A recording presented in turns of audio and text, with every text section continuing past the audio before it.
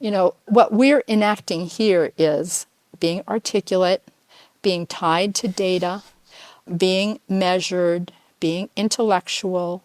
We are enacting a very specific Rachel Maddow taste culture, right? Or 538, Ooh, savage. 538 taste culture, you could say. It's my taste culture. I love it.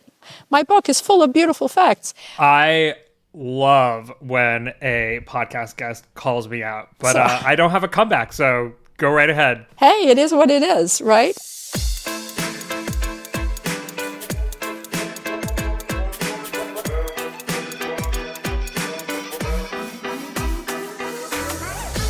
Hello and welcome to the GD Politics Podcast. I'm Galen Dream.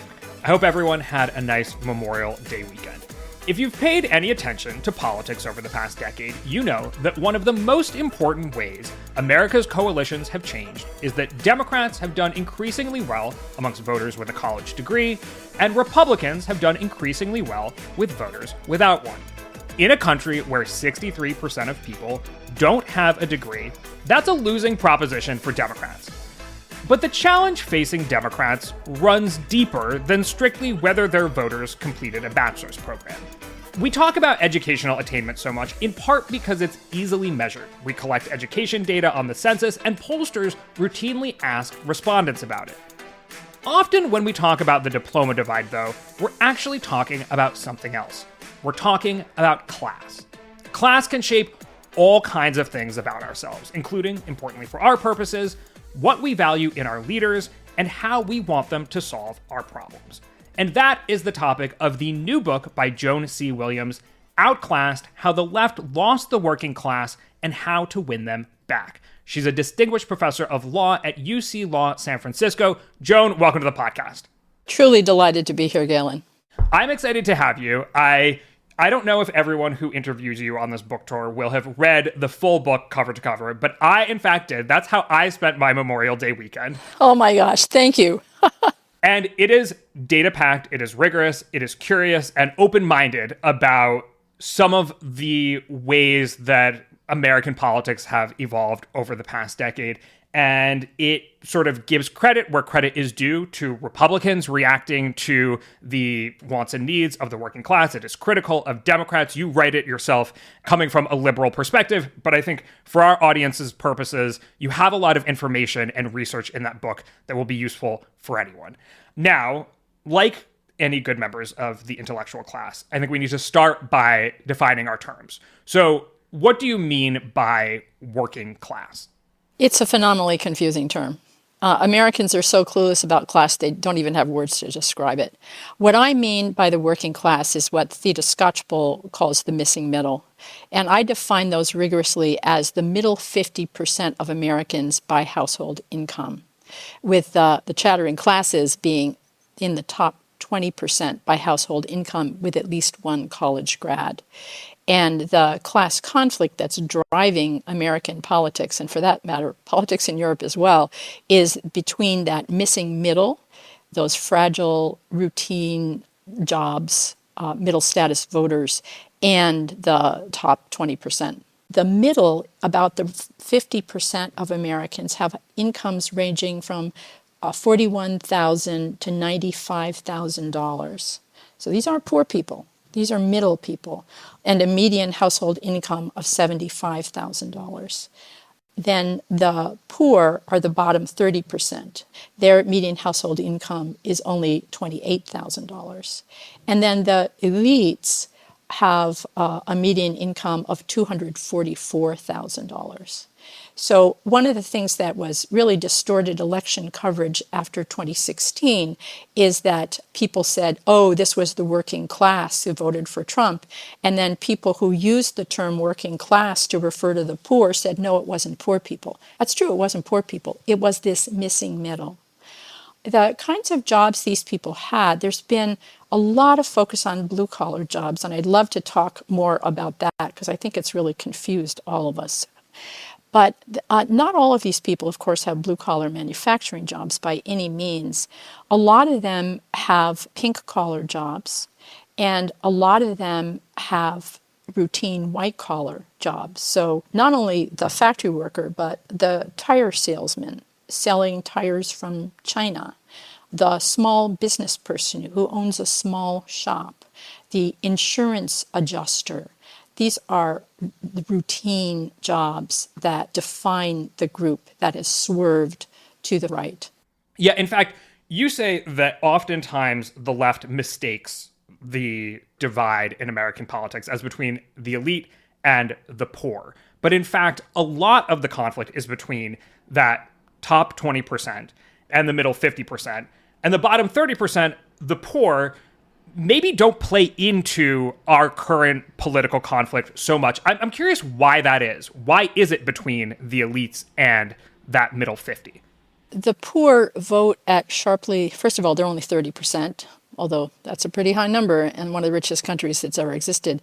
But also, one of the things I've studied is the lives of the poor. And these folks are patching together, they're typically mother-headed families with 2 or 3 part-time jobs and no childcare. Their issue is, can they get through the end of the week?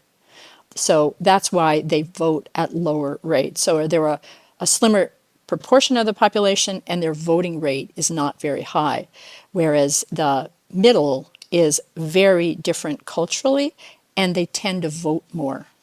And you also describe what drives support for populist parties, in this case, populist right-wing parties, as precarity, not poverty. That's just literally true. There are studies that show the segment of voters that is flocking to the far right, both in Europe and the United States, are middle status voters in routine jobs. They haven't yet lost their job and fallen into the poor, but they're fearful that they will, for very good reason. This is a fragile and failing middle class. And you place a lot of the blame for that precarity on neoliberalism. You know, the parties look at this conundrum and oftentimes blame different aspects of neoliberalism. Good point. So a lot has happened in America since the 1960s, 1970s. We have doubled down on free trade. We've liberalized our immigration laws. We have spent less of our public funds on big infrastructure projects. We have decreased taxes on the rich. And so you can kind of look at everything that has happened and frame it either from a right-wing perspective or a left-wing perspective, right? You know, from a right-wing perspective, you can say, hey, we did liberalize immigration laws. There is a larger pool of low-paid laborers who are competing for these jobs. From the left, you can say, hey, we've decreased taxes on the rich and we're not spending as much on these public work projects that would give folks good jobs. To you, is it all of the above that has caused the conundrum that we're in, or do you actually try to parse through who's to blame for the precarity of that missing middle? Both parties are to blame. What happened among liberals is that Democrats' coalition used to be focused on getting good blue-collar jobs for blue-collar men and providing middle-class families with the stability that they really cherish and seek through things like Social Security and much later Medicare.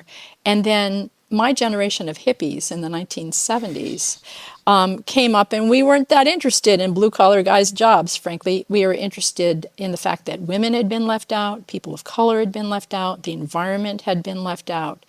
And so we focused the Democratic Party on a whole different set of issues, often called the post-materialist issues. So what happened in neoliberalism, it's hard to go back and remember what a wild and hopeful dream it was that if you unfettered the markets and unfettered trade, democracy would flourish in China, for example. That was literally the hope. We thought that was going to happen under neoliberalism. And that if you unfettered government regulation, the markets would raise all boats. Only problem is that the markets didn't raise all boats. The lack of attention to unions, the steady assault on unions, the deregulation of big business meant that the stable middle-class jobs that had been so cherished after World War II began to be corroded by, like, for example, in the 15 years before Trump's election, virtually all of the job growth, the net job growth, was in gig work and short-term jobs. And after World War II, wages used to rise when productivity did. If that had continued, wages would be 43% higher than they are today. And so what happened is that under neoliberalism, the GDP did take off as the neoliberals were convinced it would, but the people whose incomes faltered and who often fell out of the middle class were this missing middle. There's the so-called elephant curve. Since this is a wonky audience, tell me if I'm getting too wonky here. Go for it.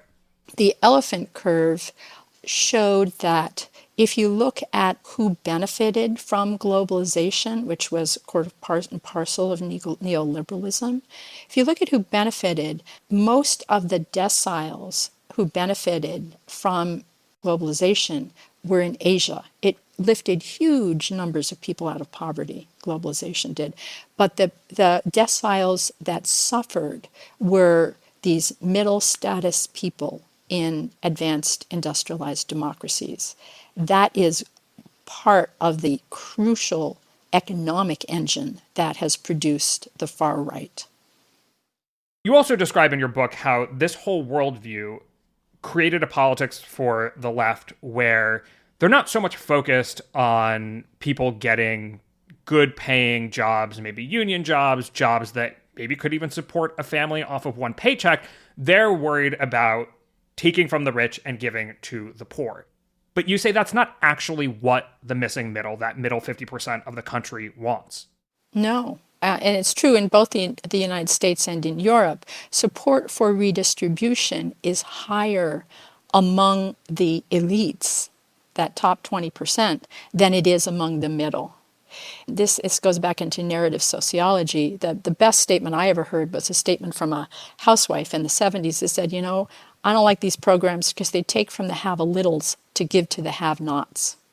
This is one of the ways in which the right demonized taxation, was because of these redistributive programs. And in the United States, it was even worse because many of the redistributive programs were means tested. So that if you were poor, you got redistribution, but if you were just one notch above, you got zero. That's kind of a recipe for creating anger against redistribution and anger against government much more generally. So the other thing is just a cultural thing. In the US, we have far lower support for redistribution than you do, for example, in Europe. But you have much, much higher levels of support for what's often called pre-distribution. But what really just means a fair labor market. So there's 70 to 87% agreement with statements like the rich earn too much and everybody else earns too little. And what we really need to understand in both parties, and unfortunately the Republicans understand a little bit more than the Democrats right now from my point of view, is that what this missing middle believes is that hard work should pay off in a stable middle class life. There's what I call hard work worship in this middle status group. And if you think about it, it's what one smart person called turning servitude into honor. What do we in the elite, what we're proud of is our merit, which is kind of the way that our educational and class advantage is translated into great jobs. So the missing middle in these blue-collar jobs, pink-collar jobs, routine white-collar jobs, they don't have, quote, merit. What they're really focused on is the dignity and nobility of hard work. They're very proud of their hard work. And by the way, this is true of Latinos more than any other group, but it's very true in this missing middle. And so what we need to do is talk less about redistribution and more about the fact that hard work should pay off in a stable middle class life, and too often it no longer does. There's been a lot of eroticizing of blue-collar jobs, of like, oh, if we only had blue-collar jobs for the men, everything would be awesome again. And I must say I've been part of that. And that's one of the things that the Biden administration, of course, tried to act on. They tried to produce new blue-collar jobs through the Inflation Reduction Act and the CHIPS Act and all the rest. One problem is it takes a long time to create new blue-collar jobs. Another problem is that manufacturing is never going to be the same segment of the economy that it was in the 70s and 80s for a whole series of reasons. But the point is to go back to the fact that if wages had continued to rise when productivity did, wages would be 43% higher. And we have very much a fissured economy where a lot of people can't even get full-time work or benefits. That's really what's gone wrong. It's really that, not to go a lefty on you, but just for a minute, workers haven't had their fair share of the productivity gains. Today's podcast is brought to you by you, the listener, in particular, paid subscribers at gdpolitics.com. Here's what some listeners had to say about why they chose to subscribe. Excuse me while I toot my own horn here. Matt says, I'm finally pulling the trigger, really loving the podcast. It makes me feel less depressed about politics. Matt, I'm glad to hear that. Kristen says, I want you to succeed! Exclamation point. Aw, Kristen, I want you to succeed too. Mary says, I supported because my relationship with the 538 podcast, specifically with you at the helm, was more consistent over the last 9 years than my relationship with my now husband. Till death, Galen. Wow, Mary, I'm flattered. Glad to hear we have such a solid relationship. Darren says, I'm a longtime fan and some of your recent conversations made me push that button. Niels says, I supported your work because I really enjoy the podcast despite the bloody awful theme music. Niels, I'm sorry about that theme music. Basically every aspect of this podcast came together in a 7-day period during which I lost my job, but I'll work on getting you some better music. Will says, hi Galen, have loved your work for years and good luck on the solo front. I'm an independent podcaster myself on French Revolutionary history, so I appreciate all the work required to keep a show on the air. Looking forward to the midterms and beyond. Well, I'm also looking forward to the midterms. And finally, Andrew says, breakout podcast of 2025, mark it down. Andrew, thank you. Join these paid subscribers over at gdpolitics.com. That's gdpolitics.com, and thank you. Part of your book is spent trying to dispel classist myths about the working class or Trump voters that reside on the left. One of them is that they're racist. And if listeners think back to, post 2016, we talked about some of this research on the Forebearer podcast to this one. There was a whole sort of section of the academic left that was dedicated to proving that Trump voters were racist with data. You suggest that a lot of that data was actually flawed. How so? It wasn't flawed, it was just misinterpreted. It was very rigorous regression data. And if you think about what regression data does, and by the way, isn't it amazing to be able to talk with you about regression data? This is not my common experience in talking with the press, so thanks for that. Indeed. What regression data does is it's predictive data. If you have this certain quality, there's a strong prediction that you will behave in this certain way. So the rigorous data is that if you are high in racial resentment and actually two other measures of racism, you will vote for Trump. So if you're racist, you're going to vote for Trump, is what the regression data shows. But what it doesn't show, and it can't show because that's not what regression data is designed to do, is to explain why Trump won. What a very important 2023 study did is studied vote share. And it said, yes, if you're racist, you're going to vote for Trump, but that's not why he won. He won because a much larger group of voters with moderate racial attitudes also voted for him. So it was very clear even by 2023 that that's not why Trump won. And then we had 2024.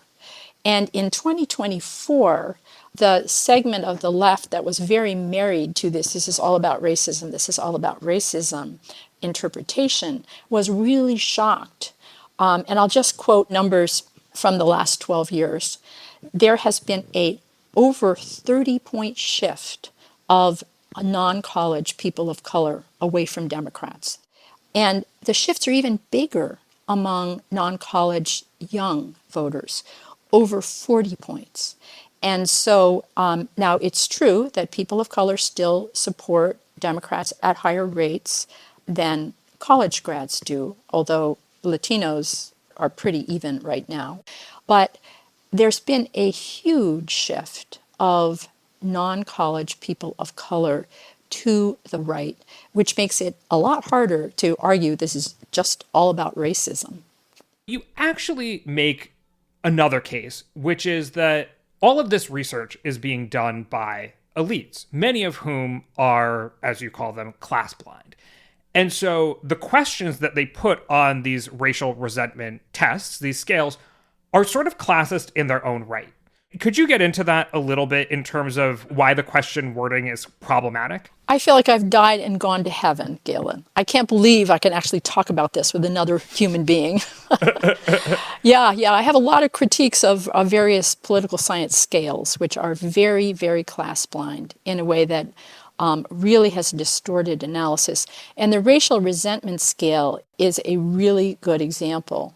The racial resentment scale asks people basically whether they have a structural understanding of the reproduction of racial inequality. And guess who has a structural understanding of the reproduction of racial inequality? Sociology students, not your average Joe lunch pail. Americans don't think structure. They don't think social structure. This is not news. And the only Americans who tend to think social structure are either in the union movement. Well, that's a very shrinking segment. And besides, Trump has now won a lot of union members. And then the other Americans who think social structure tend to be the educated left.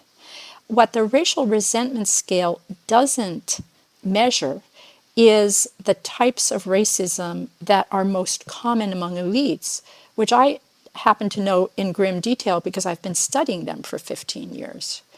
The types of racism that are common among elites are, for example, the sense that he doesn't really fit, he doesn't really look like what I expected a brilliant neurophysicist to look like. So let's just see a little bit more evidence of competence to make sure that he's really nailed this. What I call prove it again bias, or what I've christened tightrope bias of, well, she really lost it. Or he, comes on too strong. In other words, a broad range of behavior is accepted from white men in professional contexts, much broader than is accepted from either women or people of color. So, in other words, elites tend to pride themselves on merit, and their racism expresses itself by seeing people of color, not people of color in general, but this particular person of color, as lacking in merit. None of that is picked up by the racial resentment scale. None of it. And what is actually picked up by the racial resentment scale is whether or not people see their lot in life as the result of their own individual hard work or competency versus structures. Yeah, and there's a central dynamic of American life that nobody knows about. It's called the dichotomy between hard living and settled living. The settled middle class, this missing middle, this middle 50%, is very focused on maintaining stability through hard work and self-discipline and keeping your nose clean. There are other people, often other people in their same families, who fall into hard living, kind of sex, drugs, and rock and roll, and go off and basically fall into poverty. And one of the things you can see in J.D. Vance's work is that white people, and J.D. Vance in that book faults white people for hard living and basically says they're not trying hard enough and they only get what they deserve. This hard living, settled living dynamic plays into the racial resentment scale because It's racism if a white person sees all black people, or almost all of them, as infected by hard living, which delivers them the poverty they deserve. But if somebody just thinks that everybody who doesn't keep their nose clean like me and doesn't keep their nose to the grindstone like me falls into poverty and they all deserve it, that's not racism. That's a certain kind of very common moral universe that's very class specific in among these middle status people. What you're beginning to describe here is a real cultural divide between the way that the left talks about the world, the elite left talks about the world, and the way that the middle talks about the world, understands the world. And there's all kinds of different tensions.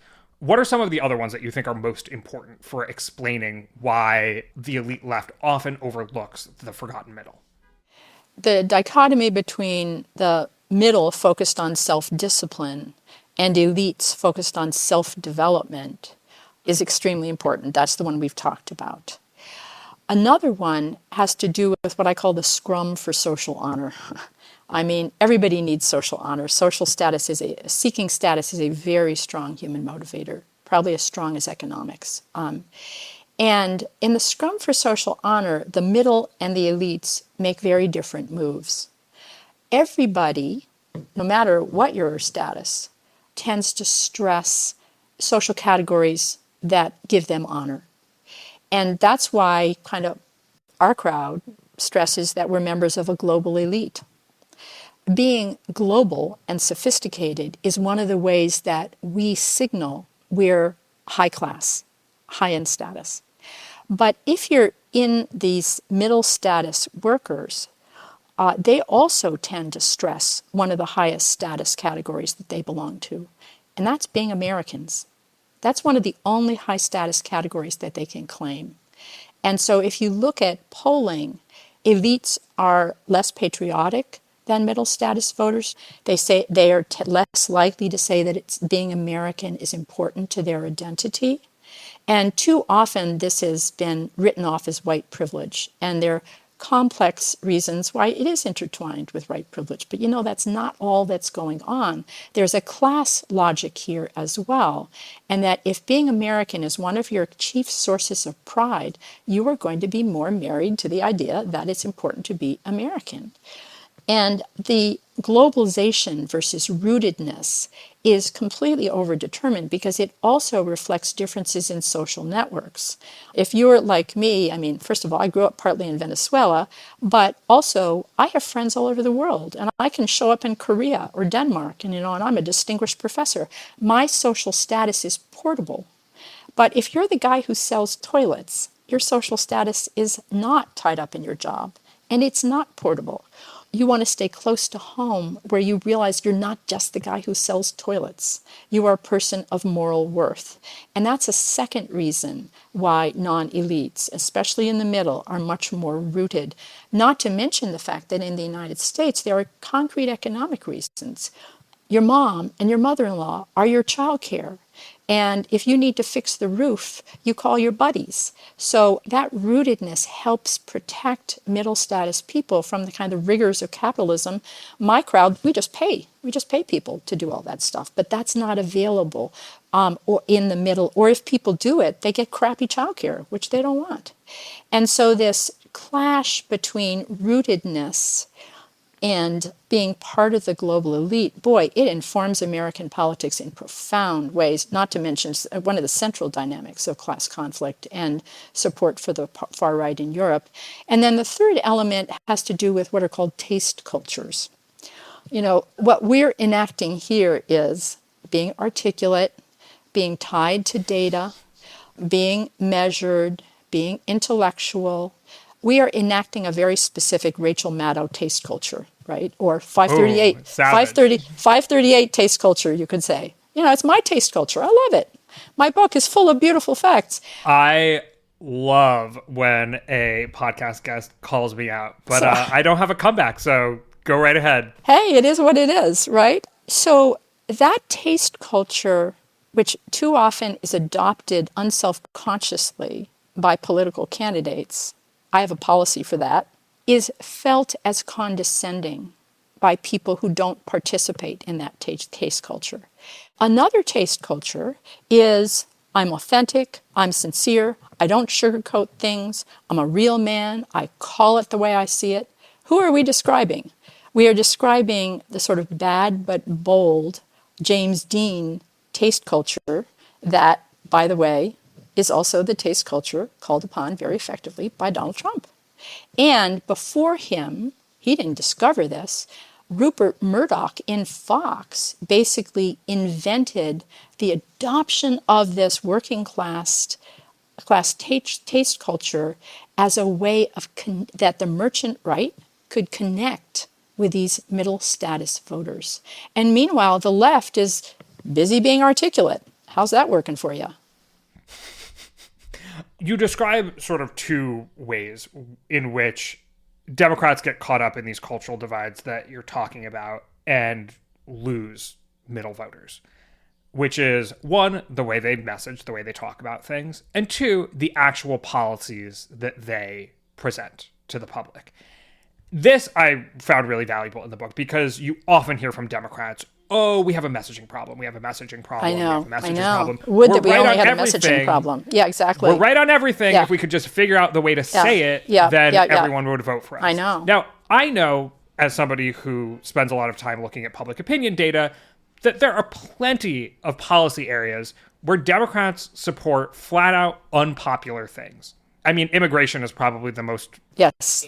Number one. The most relevant example, given the experience of Joe Biden. But if you go a little bit further back, you get things like defund the police. You get things like even the child tax credit became unpopular. Anyway, I've primed people for that part of the conversation. Let's start with the communication piece. Where do Democrats go wrong? So many ways. Let us count the ways. Let's just look at immigration, since that's one of the issues that lost the Democrats the 2024 election. And since transnational research shows that no far-right party has been successful unless it puts immigration at the center. Why is immigration such an incendiary issue? It's like the perfect issue to pry the middle status voters away from the left towards the far right. First of all, it marries economic resentments against cultural resentments. Again, in the missing middle, you have these middle-class workers that have lost ground under neoliberalism. So there's a lot of economic resentments. To be able to say it's just because those immigrants came in and stole your jobs is an extremely complicated issue from a technical standpoint, but from a political standpoint, boy, does it work beautiful. And culturally, this has to do with, on the left, who do we feel empathy for? We definitely feel empathy, for example, with trans kids, people of color, poor people, immigrants. You're describing, I think, the sign that people became familiar with, the in this house, we believe Black Lives Matter, women's rights are human rights, no human is illegal, science is real, love is love, kindness is everything. But Trump voters are deplorables clinging to guns and religion. So in other words, these are the groups we're supposed to feel sorry for, and we heap scorn on people of a lower class than us. If you have those feeling rules about who you're supposed to feel sorry for and who you're supposed to scorn, it is inevitable that that will put a target on the backs of immigrants. Those feeling rules are part of what are driving the success of the far right.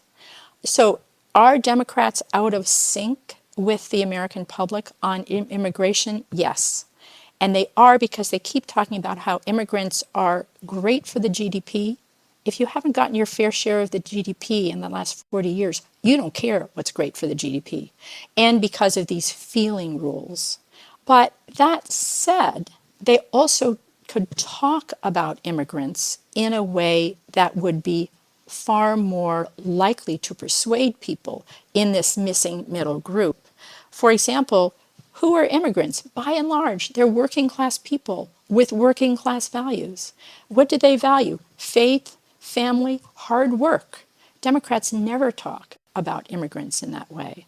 The data shows that by the second generation in the United States, you know what immigrants look like? They look like ordinary Americans, and they vote like ordinary Americans. Latinos, the first generation of Latinos is really quite liberal.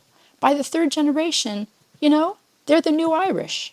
They vote largely like same-class white voters. And that's one of the things that we saw. In terms of economics, why doesn't the left message immigration that, hey, we're going to have strawberries rotting in the fields if we don't have immigrants? Why don't we talk about the fact that you want a $25 hamburger?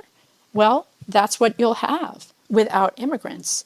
And another way in which Democrats just are missing a class lens is with respect to disorder at the border. If you're not a rule follower in a blue or pink collar job, you get fired. And so this is a very cherished value, very cultivated value. And so to see the kind of disorder we've had at the border is very unsettling. That's one of the reasons why defund the police was such an effective organizing tool for the far right. If you live in a neighborhood that's kind of on the edge, and we saw this eventually, a lot of the voices that arose to distance themselves from defund the police were Black people in neighborhoods with high crime. It's like, we want the police to be functional. Now, if you're living in an upper middle class neighborhood, there's not a big risk that defund the police is going to result in radical disorder in your neighborhood. But if you're living in one of these fragile middle class enclaves where people are just one step away from poverty, that kind of talk is not going to end well. Throughout your book, you at points set up this conflict with moderate Democrat Roy Tejera and talk about how his proposal for the Democratic Party is to pivot towards the middle and only really talk about the economy and jettison a lot of the social cultural He actually ideas. goes further. He says you should follow the working class values on these social cultural issues. And this is where the Democratic Party gets into a real conflict over how exactly to address some of the issues that are clearly unpopular with the broad public, whether it's immigration or particular trans issues like trans girls and girls sports or gender care for minors and the like. We all know at this point that some of these things are very unpopular. Can you talk to me a little bit about that conflict, that tension between your perspective on these things and the perspective of folks like Roy? Because you acknowledge that all of this is unpopular and that Democrats are alienating the middle. Yeah. But what's your solution? Well, there's really a couple of different clans here. One is kind of the old-timey class guys. You say, it's all about economics. We told you it's all about economics. Just talk about economics. Don't talk about anything else. And then there is the liberal patriot crew who do a lot of amazing data analysis, by the way. And their solution is follow the middle class, these working class cultural values. And I think the first focus only on economics isn't going to completely work because there are cultural dimensions to politics, and the far right understands them beautifully. And until moderates and liberals understand the cultural dimension of politics as well as the far right does, we're going to be in really tough shape. But the other thing that the liberal patriot group says is that liberals and moderates should just follow the cultural values of this missing middle group that we're talking about. I just don't see the coalition there. I mean, I come from the cultural left, and my crowd is not going to go there. So I don't think that is a realistic path forward for Democrats or moderates. The other thing that is often said by the kind of third way crew is that we should just become more moderate, and that's the answer. Now, traditionally, moderation meant the neoliberal economics of the third way, and that's part of what got us into this mess, which they often overlook. But the other is really important research that has received far too little attention, which is that if you look at moderates, many of them are not centrists.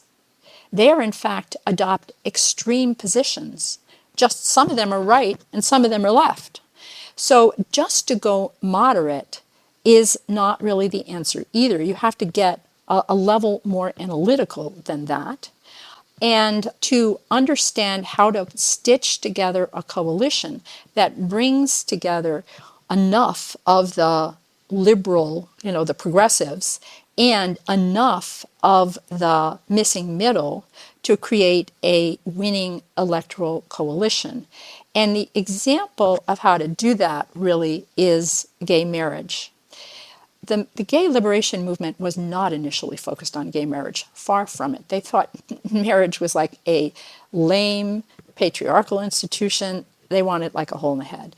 They were focused on legal protections. They were focused on sexual liberation for a broad range of sexualities. They were focused on basically the reorganization of intimacy to recognize a broad range of intimacies. And what happened is that the reason that they focused on gay marriage was, and I quote here in the book, one of the architects of the gay marriage campaign, Matt Coles, is because, quote, that's what our people wanted. Matt was part of the group that got domestic partnership for California, and he told me about being in the Alameda courthouse the day that domestic partnership became accessible. And the Alameda County Court had set up tables with heart balloons, and she had arranged a procession down the grand staircase. And he was going like, not my scene, this is so performative, like, ugh, but he stayed. And he said when he saw people coming down the staircase, he said, and this is a quote, the people coming down the stairs, they weren't doctors or lawyers. They were ordinary, average people. And he told me, I get it now. It's the prom and the wedding ceremony and everything rolled into one. They're finally able to say, Mom, yeah, I got married. So these were people in the missing middle. What they wanted was the social honor associated with traditional gender roles, which, by the way, are supported much more in the middle than they are in the elite. And they wanted the economic stability of marriage. And the gay liberation movement followed their lead. And they changed messaging. They changed messaging from freedom and legal rights and stuff that appealed to elites to stability and commitment, things that appeal to the missing middle. But the only reason, Galen, they could change messaging is that they changed priorities. They didn't say, okay, the missing middle doesn't support gay rights, so we're going to abandon gay rights. They said, we are going to listen to where we can build a coalition and the language and the priorities we need to build a coalition. And you know what? They built such a powerful coalition that they started out with something like 24% of the American public supporting gay marriage. And just a relatively short time later, 3/4 did. That is the model forward. So we do need to change messaging. Both liberals and moderates need to change messaging. But we also need to recognize that in terms of who is consistently, quote, progressive, it's overwhelmingly college graduates, it's overwhelmingly white, and that for the left to insist on every single priority they have being rigorously adhered to by Democrats is actually an exercise not only of class privilege, it's an exercise of racial privilege. So it sounds like what you urge the left to do is to change message, which I think, Uncontroversial. Lots of people can get behind, but also sometimes change policy priorities. Mm-hmm. Are there obvious examples today where Yes. you would say, apply the same-sex marriage rubric? Yeah. Keep in mind, a whole segment of my career was focused on care work. And one of the triumphs of the Biden administration for my crowd was the child tax credit and the extension of family medical leave during the pandemic. And remember all of the care work provisions that eventually got dropped from the Inflation Reduction Act. But it's very important to recognize that if we talk about economics as the minimum wage and paid leave, we are not bringing along these middle status voters because they don't want the minimum wage. They don't want it at $7.50 an hour. They don't want it at $17 an hour. They want that stable, they want what my crowd has, stable jobs that yield a stable middle-class standard of living according to their definition of it. That's what they want. And they, again, 70 to 87% of Americans think the labor market isn't working right. They think the rich are getting paid too much and everybody else is getting paid too little. And to talk to them about the minimum wage, now the minimum wage, don't get me wrong, it's really important for poor people, but it's not going to help you with these voters. Wrapping up here, you say at one point in the book that explaining support for Trump and other right-wing parties in Europe, that to a degree, populism is fun. What do you mean by that? Well, let me first say it's not fun for me. It is really a bummer. But if you look at Trump rallies, it's clear that they provide a sense of belonging, a sense of excitement, a sense of respect that the fragile and failing middle class in our increasingly phone-obsessed, isolationist, in about 5 senses of the word society, all of those things are really lacking. And a lot of this goes back to the research on conspiracy theories and who is drawn to conspiracy theories and why they're drawn to them. And the bottom line is that inequality predicts low trust, and low trust predicts belief in conspiracy theories. And conspiracy theories often give people the sense that they have regained control of their lives. And I think Trump, he talks very simply. He's very willing to point out specific groups that are to blame for why you feel so cut adrift and disrespected and why you no longer have access to a stable middle-class standard of living. But he does it in a way that is outrageous, a way that is flamboyant, a way that, I mean, even MAGA and the wonderful hats, Trump is an entertainer and taking the culture, enacting a working class style aesthetic and showing people a good time. And I think that certainly if Democrats continue to run sincere, earnest, articulate, wonky, I have a policy for that types, that puts Trump in a beautiful position. Why are Democrats so unfun? And how could they fix that? Well, I mean, when Democrats try to be fun, they do things like talk about joy. And there was a lot of discussion of why are people flocking to Trump, talking about the American carnage, and Democrats talking about joy hit a tin ear. It's because people feel like, well, I mean, there's just, being one politics wrong to another. Virtually every American used to do better than their parents in the decade after World War II, earn more than their parents. Now it's just an even shot for people born in 1980. They're not feeling the joy. They are not feeling the joy. A lot of Democrats were going like, inflation, it's just transitory. It's just like tin ear. If you're going and paying $7 for eggs, you're not feeling the joy. And so Democrats have had trouble connecting with the sincere pain, anguish, and sense of loss of the American middle class. Now, is part of that nostalgia for white privilege? That captures part of it. These people who had the stable middle class standard of living, that was much more likely if you were white than if you were black. That's true. But middle status Americans of all races feel nostalgic for a time where families seem to work, because what they see today, what replaced dad bringing home the blue-collar wage and mom staying at home or working at most part-time, is families with 5 part-time jobs and no childcare to boot. So they're leaving 6-year-olds home alone. Wouldn't you be nostalgic? And so I think that what Trump's magic is that he marries the rage and he taps into that rage with this sense of whoopee fun. And part of the reason that he's fun also is he makes fun of us. Part of Trump's power is that they flood the zone and do outrageous things, and we rush from one outrageous thing to the other outrageous thing, being outraged.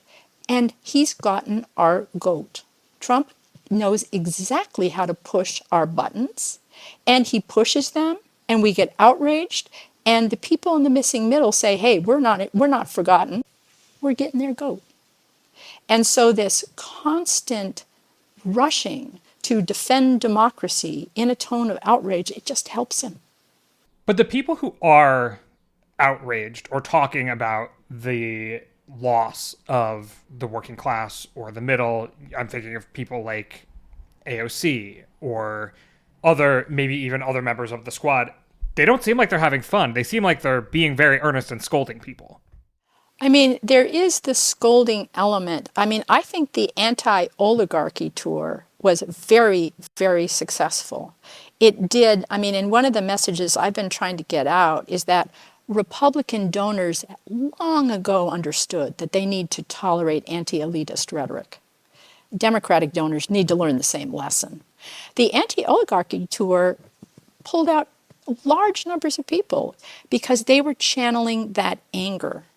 Now, what they didn't do is combine it with the kind of whoopee fun that Trump does.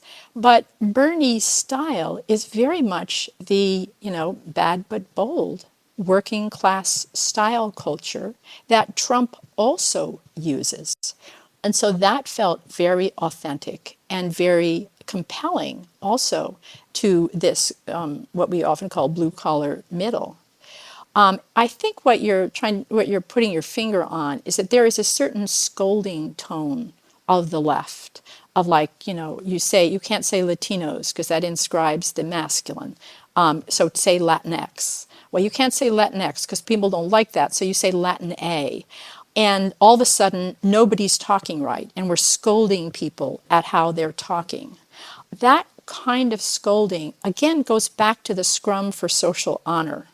That's part of the scrum for social honor among elites. Of, I'm so enlightened. No, I'm more enlightened than you.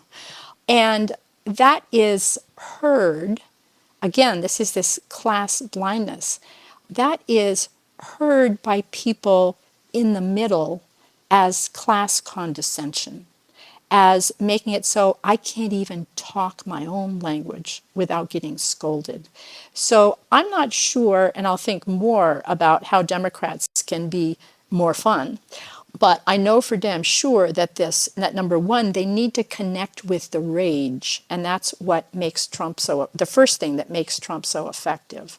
And the second thing they need to do is to lose the scolding and to realize that the moves that they make in the elite to be more enlightened than the next elite person are poisonous politically because they're read as class condescension.